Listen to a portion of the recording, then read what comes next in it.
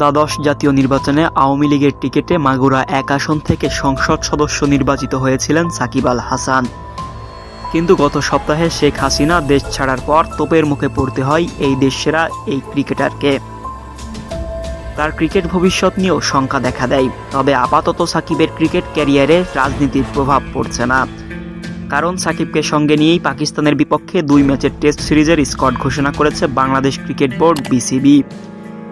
সাকিবের সঙ্গে কী কথা হয়েছে তাও জানিয়েছেন প্রধান নির্বাচক গাজী আশরাফ হোসেন লিপু। সোমবার ১২ আগস্ট মিরপুর গণমাধ্যমের মুখোমুখি হয়ে লিপু বলেন, সাকিবের সঙ্গে যোগাযোগ ছিল, গত মাসেও ছিল, এ মাসেও রয়েছে।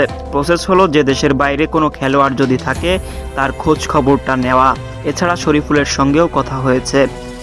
এ সময় সাংবাদিকরা প্রশ্ন করেন, অনুশীলন না করেই পাকিস্তানের বিপক্ষে টেস্ট সিরিজের দলে কেন রাখা হলো সাকিবকে?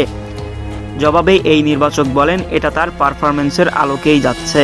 তার পারফরম্যান্স দিয়ে সে নিজেকে সেই জায়গায় নিয়ে যেতে পেরেছে। অভিজ্ঞতা রয়েছে ভিন্ন ভিন্ন ফরম্যাটে। পাকিস্তানের বিপক্ষে তার রেকর্ড সবকিছু মিলিয়ে তিনি এই সিরিজের দলে জায়গা পেয়েছেন। যুক্তরাষ্ট্র থেকে সরাসরি দলে যোগ দেওয়ার কথা রয়েছে সাকিবের, তবে সেটা কবে এখনও অজানা।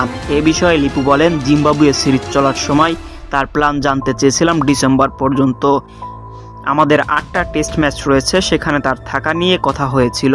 সে আমাদের আশ্বস্ত করেছিল। এরপর তার সাথে প্রপার ইমেইলে কথা হয়েছে, থাকবে কিনা এটা জানার বিষয় ছিল। একটা প্রসেস ছিল, তো সেই আলোকে ১৪ অথবা ১৫ তারিখে সে দলের সাথে পাকিস্তানের যোগ দেবে।